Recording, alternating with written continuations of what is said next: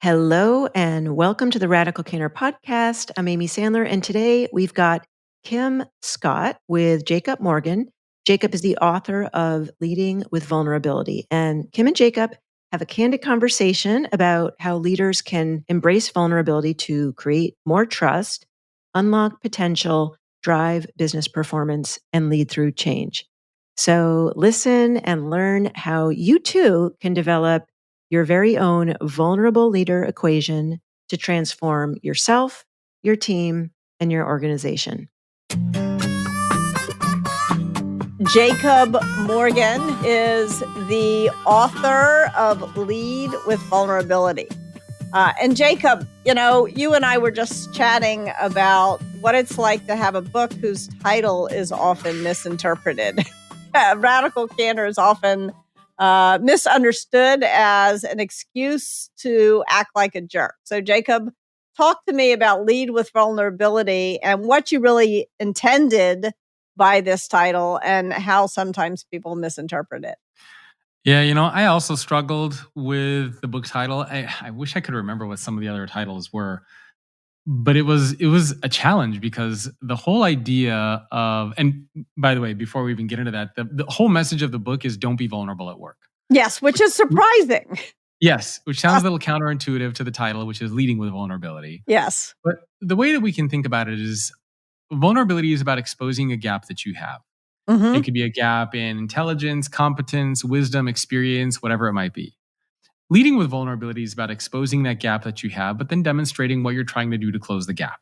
Yeah. And in the context of work, this makes a big difference because you have customers, you have employees, leaders, projects, deadlines, and you're being paid a salary. Mm-hmm. And so simply just expressing your discomfort, talking about your challenges, sharing all the areas where you're struggling, that's not necessarily a good thing when you have so many people looking to you to solve do that a job. Yeah. To do a job that you're being paid to do. So that's really what the idea of Leading with Vulnerability is about. How do you bring together competence and connection, leadership and vulnerability? Yeah. It's sort of like my son's baseball coach. One day I was watching baseball practice, and they were doing a drill where they had to run and touch all the bases, run the bases. And one kid kept missing the base as he was running around. And the coach was really sort of making it very clear to him that he had not hit the base. And the kid got up, little tears. They were young at this point. And the coach said to him, look, you can't do right if you don't know what you're doing wrong. And it's my job to tell you what you're doing wrong. I'm not trying to be mean. I'm trying to help you be a better player. And I think a lot of times the vulnerability is the willingness to acknowledge that you didn't hit the base and then to talk about what you're doing to make sure you hit the base next time. Because you're right. We can't do right if we don't know what we're doing wrong. Yeah. I mean, a very classic example is when you talk about a mistake. It's one thing to show up to work and admit to your boss, hey, I made a mistake. I'm really sorry. It's another thing to say, I made a mistake. Here's what I learned from that mistake. And here's what I'm going to do in the future to make sure that mistake doesn't happen again. Yeah. And that's what we need to do a better job of doing. Vulnerability is okay, but bring the leadership to the vulnerability. Yes. It seems to me like to a certain extent, what you're writing is about is making sure as a leader that you don't go into denial. Richard Tedlow wrote a really interesting book called Denial about how frequently leaders, when they make a mistake or when they don't know how to solve a problem, go into denial about it. Why do leaders why is denial such a problem for leaders?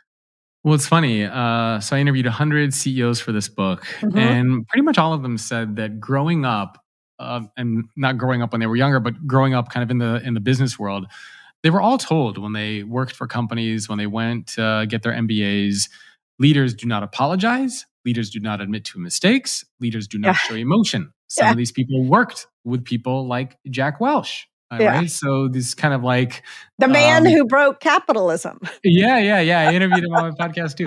And Jack Welch was a very authentic leader. Like you knew his emotions. He didn't hide anything, but he was not a very vulnerable leader. Yeah. And so it's not that I think a lot of leaders today are bad, but that's just how they were taught. That's just what they experienced. And it's not the right way to lead, but at the time that was acceptable. That was the standard. I don't know if you remember. I think it was Fortune magazine. They used to publish an annual America's Toughest Bosses. Mm-hmm. And I think it was in the 80s, the 90s, maybe even in the 70s. And it was a badge of honor to be on the cover of that magazine. And it was a badge of honor to work for one of those types of leaders. And they would share all sorts of crazy stories. This boss is so tough. And, you work for him and he does this. And it was like, I can't imagine something like that happening today. Yeah. Which is wild. But a lot of leaders do it because that's what they were taught. The vulnerability is scary. It's uncomfortable. It's unpleasant. And the number one thing when we ask 14,000 employees, why aren't you vulnerable at work, is they say, we don't want to be perceived as being weak or incompetent. Yeah. So we associate vulnerability with incompetence. Yeah. And or the way weakness. and the way that you get over that is you add competence to the vulnerability. Yeah. I made a mistake, but here's what I learned. I need help, but here's what I'm going to do to solve my problem in the future. Yeah. Like a very classic example is if you're a first-time leader. And oftentimes new leaders, they talk to their employees and they say, hey, I'm new here. I'm really nervous. I've never done this before, but we're going to do a great job. Like, go team. Yeah. Vulnerable. Bad message. Yeah. Adding the leadership piece. I'm a first-time leader. I've never done this before. I'm super nervous. But to help make sure I'm the best leader you've ever had, I'm getting coaching and mentoring from Sally, who works in marketing. I have an executive coach. Here are 3 books that I'm reading. And my door's always open for your feedback. Vulnerable, added the leadership piece. It's a different way, right? It's you get perceived differently. Yeah. What is your favorite story of a strong leader who expressed their strength through vulnerability? You interviewed so many great leaders. You have so many great stories in this book. You don't have to say it. What's one you want to tell us now? I'm not going to make favorites. There's a few. I can give you like a bad story of what happened to a leader, and then I can give you kind of a positive one. Let's do that. So this CEO that I interviewed, after she told me this story and I put it in the book, she then told me she didn't want to be identified. Okay. So I changed her name, but she's the CEO of a large telecommunications company in Europe. So I'll leave it at that. And she told me this story where early on in her career, she wasn't the CEO at the time. She was an executive working for a different organization, also a large company. Mm-hmm. And she was working for another a lady, a CEO at the time. And she was vulnerable with the CEO. And she's like, I don't have a lot of confidence. I didn't come up through the ranks in the kind of the traditional educational background. I didn't go to college. And this was over time, not like one session. She just unburdened herself. But, she was comfortable sharing who she was and what she cared about and what she valued and about her family with her CEO at the time. And over time, she would notice just like weird things happening. Mm-hmm. So one day she went on vacation and she came back from vacation and she noticed that her office used to be next door to the CEO, and all of a sudden it got moved 3 doors down. Weird. While she was on vacation. Yep, while she was on vacation. She would notice that employees on her team, like her high performers, would all of a sudden get moved to other teams without her being notified. Oh my gosh. She would be in meetings and the CEO would kind of poke jabs at her and make fun of her for certain things that she was doing. Finally, their CEO said, you know what, we need to hire you an executive coach because you're struggling in these areas. And she's like, okay, fine. So she gets this executive coach and she finds out later that this executive coach is reporting everything that she's sharing with her back to the CEO. Oh my gosh. What kind of executive coach does that? Like it was like a malpractice. It's like a spy novel. Yeah. It's like it's crazy. And finally the CEO is like, look, we got to put you on our performance improvement plan. You're not doing a good job here. And this lady's like, I'm done. Yeah. Like, I'm out of here. Yeah. And I asked her afterwards, I said, you were vulnerable with the CEO and she clearly used what you shared with her against you. Against you. Yeah. Are you ever going to be vulnerable with anybody else ever again? And she's like, absolutely. And I said, how could you say that? You were vulnerable. This woman tried to destroy your career and end you. Why would you ever be vulnerable with anybody else? And she said, because what it did is it taught me that I need to do a better job of being vulnerable and leading with vulnerability with people that are looking out for me. Yeah. With organizations that align to my values and have my best interest at heart. Yes. And she said that what she did after that situation is she really just took a step back and said, what did I learn about myself? What did I learn about the other person, the company, the culture, and how can I apply these things going forward to make sure that I have better experiences? Yeah. And I thought that was a really powerful and important lesson that she shared. So that's kind of a bad story. Yeah. So I think that's, before we go to the good story, let's double click on the bad story. Because I think you said a bunch of things that were really important. One is that just because someone took advantage of your vulnerability doesn't mean that you never should be vulnerable again, because vulnerability is essential to forming good relationships. Yep. And if someone shows you that you can't have a good relationship with them because they take advantage of your vulnerability, that's a shame, but shame on them, not shame on you for showing your vulnerability. Yes. You can't. Lindy West talks about this in her writing. In one of my favorite books, Shrill, is you've got to, even though sometimes people will take advantage of your vulnerability, if you want to become the person you want to be and you want to have the relationships that you want to have, you've got to continue to allow yourself to be vulnerable, but not once you recognize that someone is going to take advantage of your vulnerability. Stop. Yes. It. Yes. Absolutely. Yeah. And the one promise that I can make to anybody listening and watching is that at some point in your life, vulnerability will be used against you. Yeah. But the good news is it's not going to happen nearly as often as you think. It will happen, but it's not going to happen all the time. Yeah. And this is why. So one of the things that I talk about in the book are these 8 attributes of vulnerable leaders. And one of them is self-compassion. Yeah. And self-compassion is basically this idea of how you talk to yourself, giving yourself a safe place to land, so to speak. And the reason why this is important is because if you don't have self-compassion, then in these situations that go against you, you're going to beat yourself up to the point where you're going to say, you're such an idiot, you're such a moron, how could you do this? I'm never going to be vulnerable again. Yeah. If you have self-compassion, you're going to say, hey, you know what? It's okay. You can, take what you've learned, apply it somewhere else. Don't beat yourself up. Life goes on. You're going to be okay. And it gives you that kind of safety net so that you can be vulnerable again in the future. Yeah. I interviewed a psychologist named Sim Sitkin. He's at the Duquois School of Business. And he said that in academic literature, there are 22 different definitions of trust. And every single one of them have to do with vulnerability. Yeah. Meaning that you cannot have trust without vulnerability. Yeah. Yeah. You can't have a relationship without exactly. And there is a right and a wrong way to approach vulnerability. And you just kind of alluded to it. And that is that if you don't know who you're, I have this framework, it's called the vulnerability wheel, and there are 5 components in there. And I won't go through all of them, but kind of at the center of this is intention. So why are you being vulnerable? If you don't know the why, don't do it. Simple as that. But one of the other elements of that wheel are, who are you being vulnerable with? If you're being vulnerable with somebody who you don't know if they have your best intentions in mind, maybe they're out to get you. If you don't know that, or if you kind of get a bad sense from them, don't be vulnerable with them. Yeah.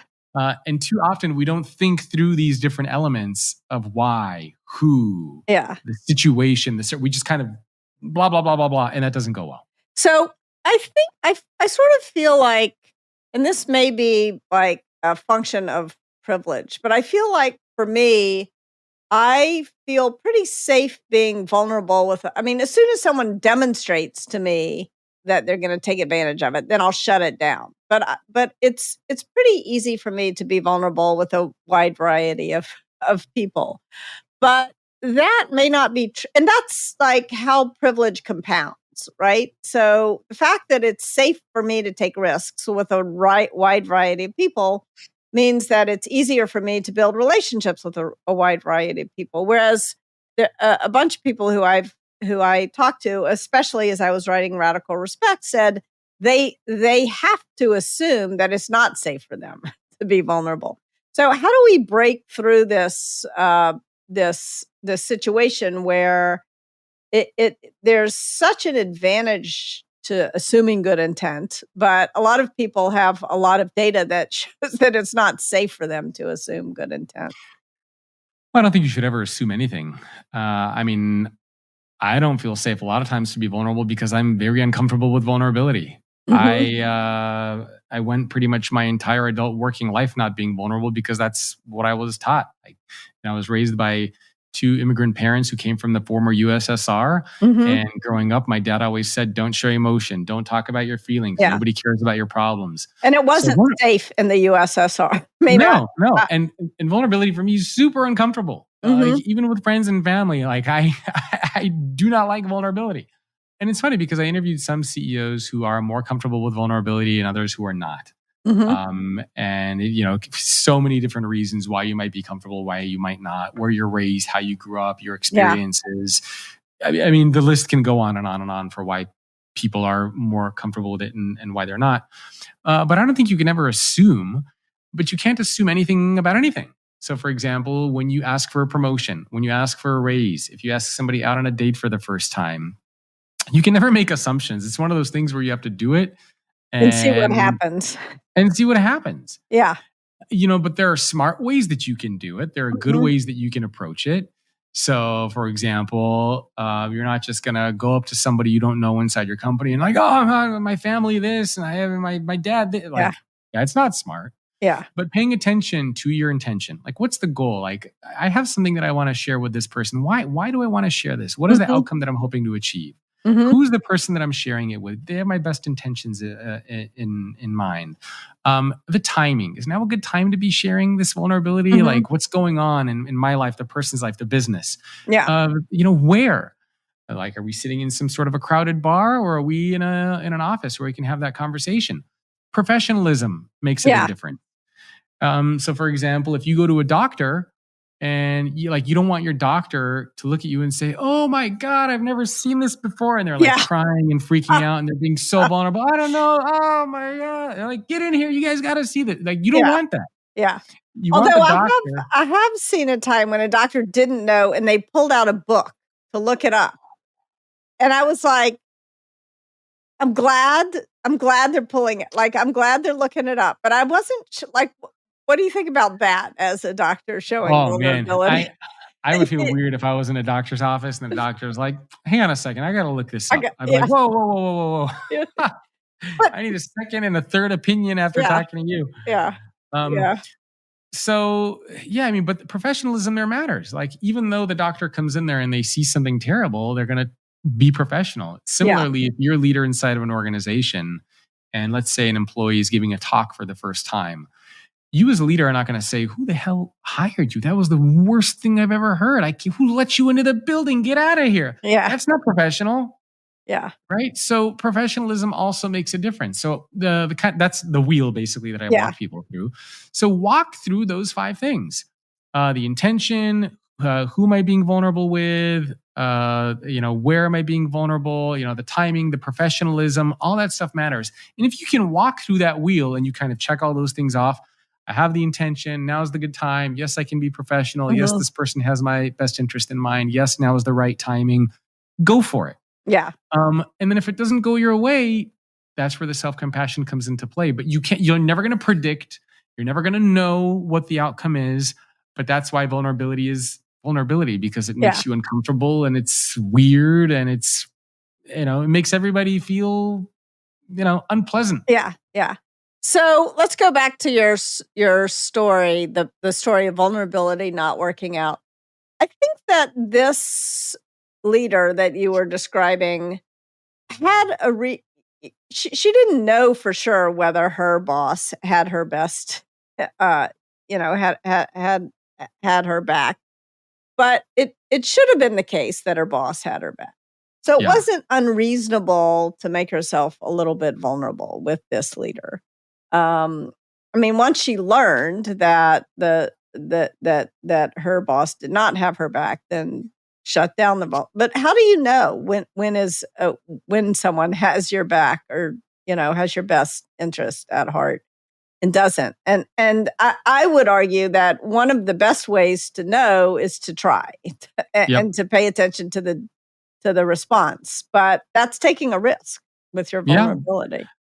Risk is a part of it. There's no way to eliminate risk from the equation, but you can kind of tell by people's behavior and their actions. Yeah. So, in a work context, is this the type of person who, when you need help, they come to help you? Yeah. Is it the type of person where in a meeting, if you make a mistake, they defend you? Yeah. Is this the type of person when you're not around, they're speaking highly of you? Yeah.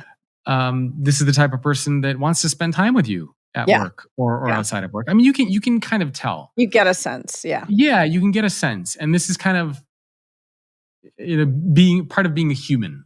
Yeah. And this is kind of on a side note. This is why I think it's so dangerous for, I think, a lot of younger people to be stuck on phones and glued on their computer screens, because when you do that, you lose this ability to get a sense of whether people, you kind of eliminate this part of your brain that is a kind of a human indicator. If the only way that you're able to interact and engage is through a screen and through a phone and through right, a whole side point. But yeah, so we're really good as human beings of internally just inherently possessing that. And you can kind of get a sense when somebody has your best interest in mind and when they don't. And you also get a pretty good sense of like, I don't know about that person. Yeah. And if you get one of those like, I don't know, pay attention to it. Yeah. And maybe they can prove themselves and maybe they do have your best interest in mind. But if you don't know, proceed with caution. Go slow. Yeah. Right? You can, go slowly and proceed with things before you just jump kind of into the big things. Yeah, I think that's good advice.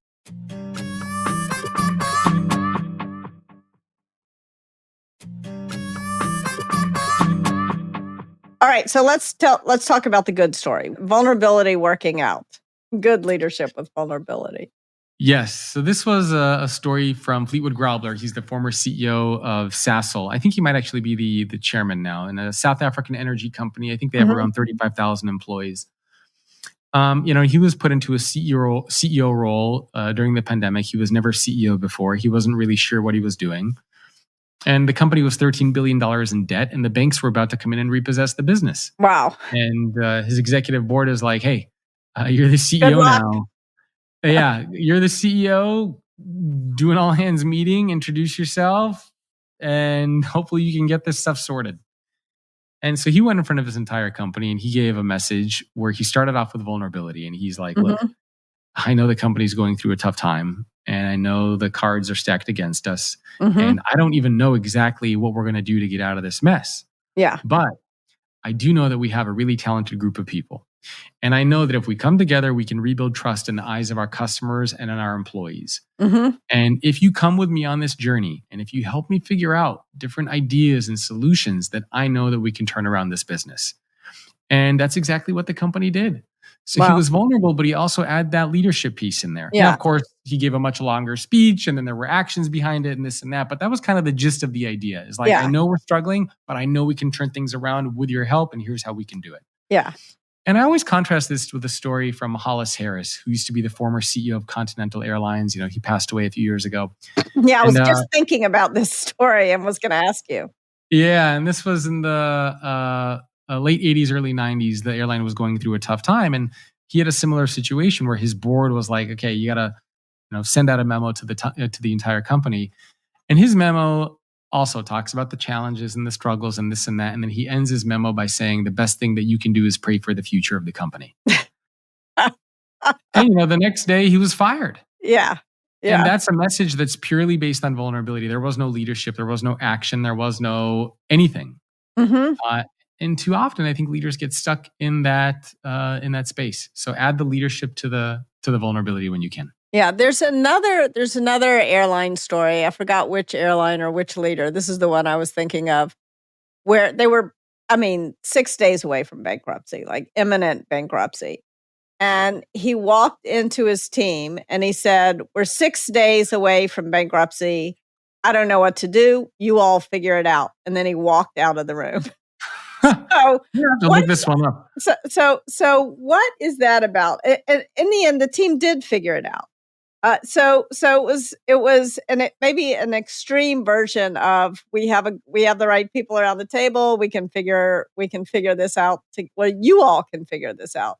But he sort of took an extreme view, which is, I don't have the answers. You have the answers. And he literally walked out of the room. I would say it's better to stay in the room and help them figure it out. But maybe, I don't know. I don't know why he decided the right right thing to Yeah, do. I would love to know. Yeah, I was trying to I'll look dig it at. up. Yeah, you're not going to find it. I know who know. I'll get you the story. Yeah, but I also don't think that's a good message. I think that was just pure luck. Yes. That Well, that happened. and it was abdication really of Yeah, responsibility. that's also not good because I mean, as a leader, you don't just we have a problem, go figure it out. Yeah. Leave I me don't out know of what it. to do. Yeah. Yeah. Yeah. That's also not leadership, and that's not vulnerability. That's just Abdication. yeah, that's not very effective, I think, in any regard. But to your point, you said they figured it out, so I'm sure now he's looking back and he's saying, "Yeah, I He's just saying, trusted yeah, my what a team, yeah. and I knew Yeah. they were going to figure something out, and this and that." But Yeah. Yeah. that's not Yeah. an effective approach. Yeah. No, I agree. Not as a general rule. Um So, uh, one of the things that I was thinking about as you were talking about figuring out who you can trust and who you can't trust is something my daughter told me. She was in third grade, and she was getting bullied at school, Mm. and as kids often are. And I was encouraging her to show vulnerability. It was stupid in retrospect. I was like, "Tell this child I feel sad when you blah blah blah blah blah." And she banged her fist on the table and she said, "Mom, they are trying to make me feel sad. Why would I tell them they succeeded?" I think that was wisdom from her. But why do we do that so often? When someone is clearly bullying someone else, and then we encourage that person to say how they're feeling. Like that is not a good way to demonstrate vulnerability. I think that's what you mean when you say don't be vulnerable at work. Like why did we give people that advice so often? Yeah, it's funny. My daughter goes through similar situations as well, and I'm sorry. yeah, yeah, and sometimes it's with friends, right? And Yeah. she has friends, but my daughter, she's very sensitive. She's turning 8 years old. She'll let it affect her, and she might cry, she might get very upset, but she will never say anything. And so one of the things Yeah. that we've been working on is I say, look, if you have a friend that does that to you, you can assertively say, "Hey, I don't like that you did that." Like she has a friend, for example, where when they get in a little argument, her friend will say, "Our friendship is dead." Yeah. And she'll say like these dramatic things, and it really upsets my daughter because Yeah. they're good friends, they're best friends. And so I told my daughter, I said, "Look, next time that happens, there are a Mhm. couple things that you can do. One is just say, is our friendship really dead? Like, Yeah. you Ask a know, question. Yeah. yeah." And so that's one thing. And the second thing I tell her is you can confront her and say, that I don't appreciate that you're saying that. Yeah. Or maybe she'll do something. She'll her friend will hit her or something. I'll say, Naomi, you can tell her that that's not okay. And friends Yeah. don't hit friends. Yeah. And tell her that that upset you and ask the other person to apologize. In other words, you take that kind of that power back and you say, okay, you did this to me. You apologize. Yeah. Yeah. And I think And that's the point. Like that you apologize. You did this to me. yeah, You uh is really important in those moments. Not I. Like I feel sad, but you can't talk to me like that. Or yeah, exactly. Like that's not okay, this and that. And you but it's been working very well for her and her friend. And good. I talked to her friend about it, and they're getting really good at apologizing to each other and not, saying these dramatic statements like our Yeah. friendship is, when you're 6 and 7 and 8 years old, Yeah, a that little it thing, feels like the end of the yeah, world. everything is over. But yeah, in the context of work, we're always taught to kind of shield that. Mhm. And it's funny, like even with friends, like we've had Mhm. friends in the past where we would hang out with them and they would always be on their phone, Yeah. non-stop, Yeah. to the point where like you would What's have the a point of conversation. getting together? Yeah, and finally, my wife made a comment to one of them, and she's like, "Hey, get up, like you're at our house, we're having dinner together. Get off your phone." Yeah. And this other lady made a snarky comment. She's like, "I'm not your child."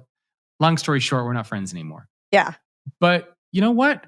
Then that's okay, Yeah. right? If Yeah. you can't be with someone and give them the gift of your attention and not stare at your screen in front of your phone, Yeah. I don't want to be friends with you. Yeah. Yeah. There's That's no okay. it's a waste of time, right? Like It is. if we're gonna It get is. together, then let's be together. Yeah. So I think it's okay to speak up, Mhm. and not like, oh, you hurt me or no, this and that. But it's okay to speak up and say, look, I don't know if anybody's ever told you this, but when you come to somebody else's house and if you're just on your phone all the time, it doesn't make us feel great because we're having you over for dinner. We're putting time and effort. We're Yeah. cooking. We're cleaning. We'd love to be able to have a conversation with you. And we can't do that if you're on your phone. Yeah. If the other person's going to freak out and get upset by that, it's all good. We're probably just not meant to be friends. Yeah. Yeah. Um, You're wasting my time. Yeah. So how you deliver that message is important. So Yeah. same thing at work and same thing if you're a child. Yeah. You deliver it in a professional way. So if Mhm. somebody's putting you down at work, if somebody's doing whatever it might be for you, it's okay to go to them and say, hey, we were in that meeting and I've got to be honest with you, I really didn't like the way that you talked to me. Yeah. I don't know if you realize that, and maybe it wasn't intentional, but you kind of threw me under the bus in front of our entire team. Yeah. That's not cool. And I Yeah. just wanted you to know. And from there, you can tell the other person might say, oh my God, I'm so sorry. I didn't mean to do Yeah. that. Or They get they're gonna defensive. say- Yeah. Or they're going to say, I didn't do that, or you had it coming. Yeah. And at that point, that is not someone that you need to be near. And I think it's really important to be able to slice and dice. To know, sure. and that's, and I think sometimes part of the reason that we don't confront people who respond badly when we make ourselves vulnerable is that we're afraid that the net result is that we're not going to be able to be close to them. But you're not going to be close, So I think just being realistic about it is important. Yeah, but I think, and confronting, I think, is actually very effective. And not confronting in a, like, I'm going to beat you up, like, angry kind of way. Yeah. But just, letting the other person know. That the impact of their behavior. Yeah. And sometimes you can even do it in a joking way. Like, I have another friend who's frequently on his phone. Like, he's working on it and getting better. But whenever he pulls out his phone when we're talking, I'll mess with him a little bit. Yeah. And I'll say, what are you doing? Are you texting me over there? What are you doing? Yeah. Like I'll play around with it, or so you can do it in a very direct and confrontational way, or you can kind of just use humor and use other techniques to just let the other person know, and they'll be like, "Oh, I'm sorry, I was just distracted." And I'm like, "Okay, that's cool." Yeah. So somebody just wrote, when you did X, it made me feel Y. I'm asking you, don't do Z in the future. And I think that can work when the person is unaware of what they did wrong. However, there are, as my daughter was, that's what I was sort of encouraging my daughter. When you knocked my sandwich on the floor, it made me feel sad. And she was like, the reason why they knocked my sandwich on the floor is because they wanted to make me feel sad. And so in that case, I think that formula doesn't work as well. You need, you did this to me.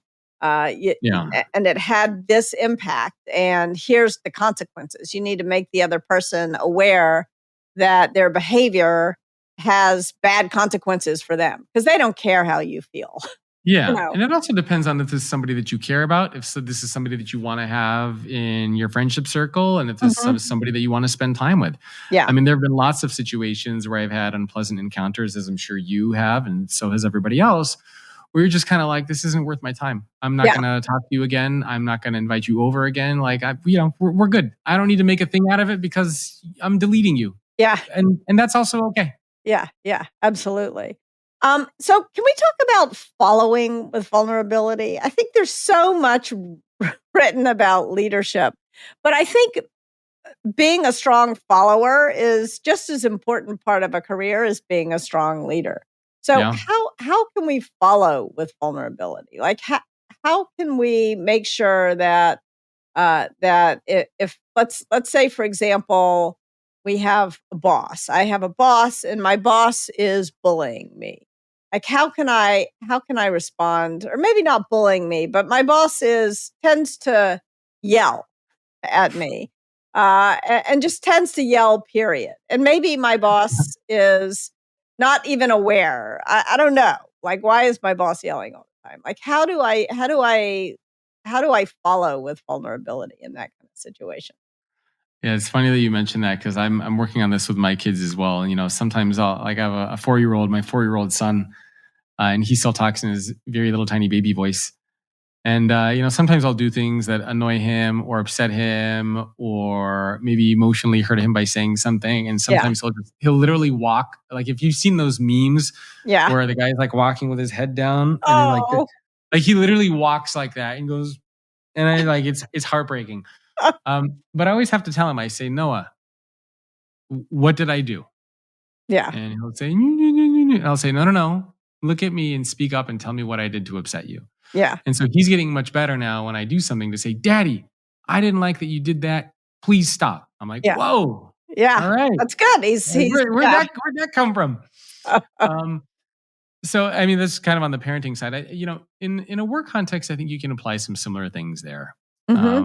You can also let people know how you want to be treated. I mean, if somebody's screaming and yelling at you, it is vulnerable to go to that leader and say, hey, I just got to be honest with you. You're screaming and yelling at me a lot, and it doesn't feel great.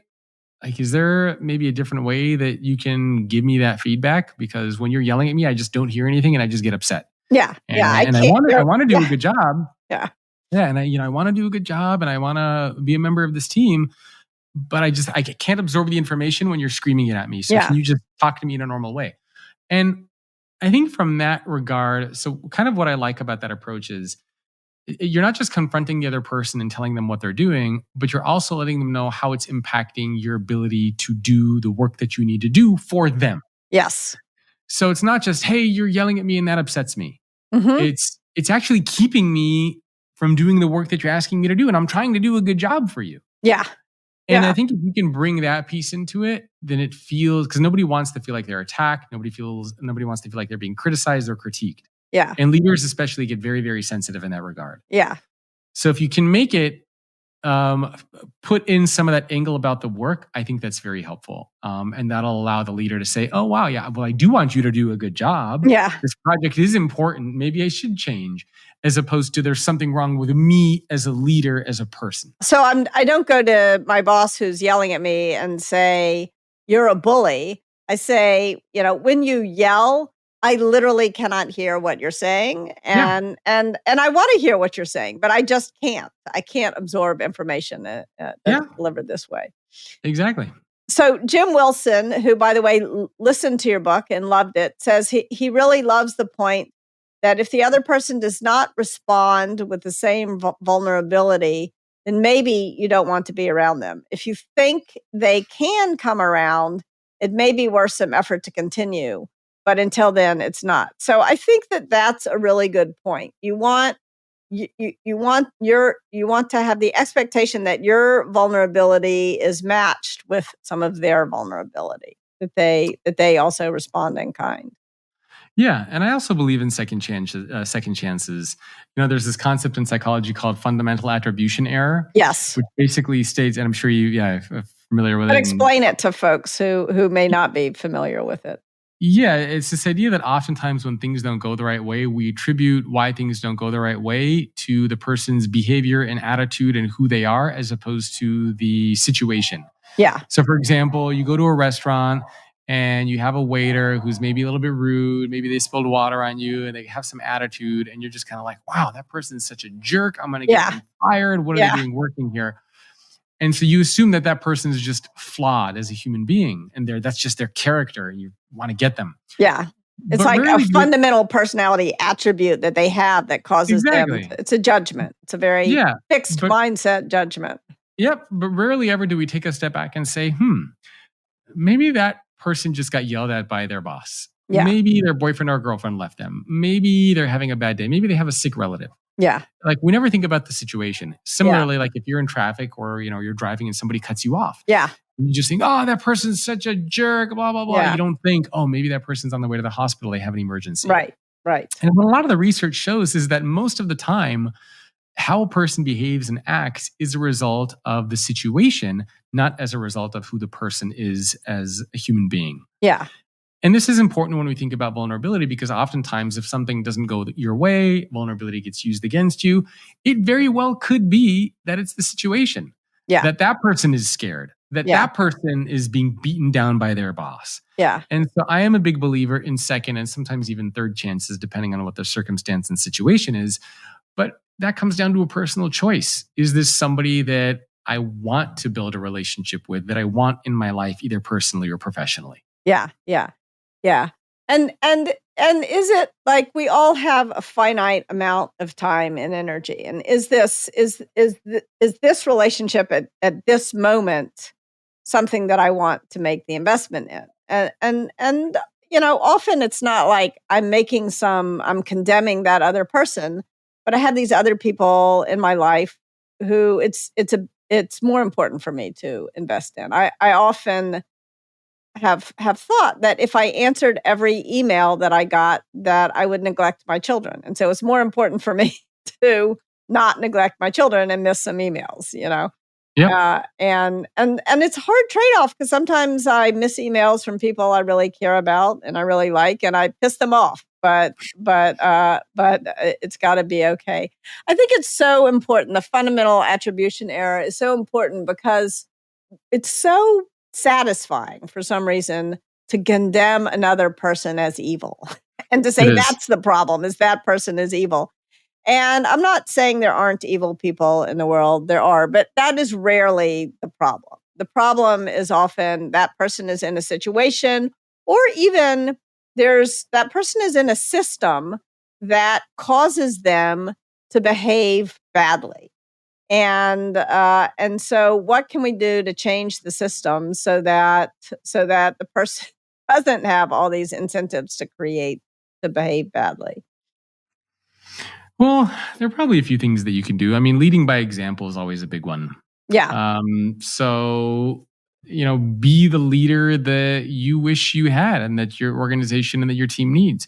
Like, you don't need anybody's permission to lead with vulnerability. You don't need anybody's permission to be empathetic. You don't need anybody's permission to be competent. You don't need anybody's permission to do any of these things. Yeah. And so you can be the type of leader that ultimately that you need and want to be. Yeah. But I mean, the truth is that there are always going to be some corporate cultures which are not great and some corporate cultures which are great. And you need to decide on the trade-offs that you want for yourself. So for example, if you go work for Elon Musk at one of his companies, you can probably be assured that you're going to work crazy hours. You'll be paid well. You're going to work on some really complex problems and challenges. But is there going to be a lot of conversation there about like empathy or well-being or emotional intelligence or some of those things? Probably not. I mean, maybe. But you know that Elon Musk is very much a different type of leader. Yeah. If you go work at a company like Microsoft, where you have Satya Nadella as the CEO, yeah, I mean, you know that in that kind of environment, you're going to have a little bit more balance, a little bit more conversations about well-being and emotional intelligence and fixed first growth mindset. It's a different environment. You might not work on as big, complex problems and challenges. You might not be doing some of the crazy, cool stuff that Elon is doing. But everything in life is a trade-off. Everything in life is a choice. Or you might be working on even cooler stuff. You never know. You might be. Yeah, you might be. And I think the important thing when you're looking at companies is not only to look at the leaders of those companies, but also to look at their management systems. And because great leaders design great management systems that include checks and balances at every stage of the employee life cycle, and that look for biased results at every stage of the employee life cycle. And when you can find not only great leaders, but leaders who have developed great management systems that are designed to have fair and reasonable outcomes, then you're less likely to have the worst kinds of behavior. What I call, in radical respect, the brutal incompetence, which does happen all too often. Yeah, that's never a good situation. Brutal incompetence. That sounds quite terrible, honestly. And yet it happens. It happens. All it too happens often. quite a bit. Yeah. So, we need to be able to have open conversations, open debate. We need to be able to talk about these types of things inside of organizations. And that's where this theme of psychological safety comes into play. Yeah. So if you're part of a team or an organization where you don't have that psychological safety, chances are it's probably not a good team for you to be a part of. And similarly, as a leader, part of your job is to create that psychological safety. Yeah. What's really interesting about that, and there was some recent research that came out from Peter Capelli at Wharton, I believe, where he talked about too much psychological safety, which is also true. And his argument was that, you just need to create some psychological safety. You don't need to go crazy with it, because his argument was that if you create a place where anybody can say anything and there's no such thing as a bad idea, then what tends to happen is that people take advantage, performance goes down, and you kind of get this diminishing rate of return.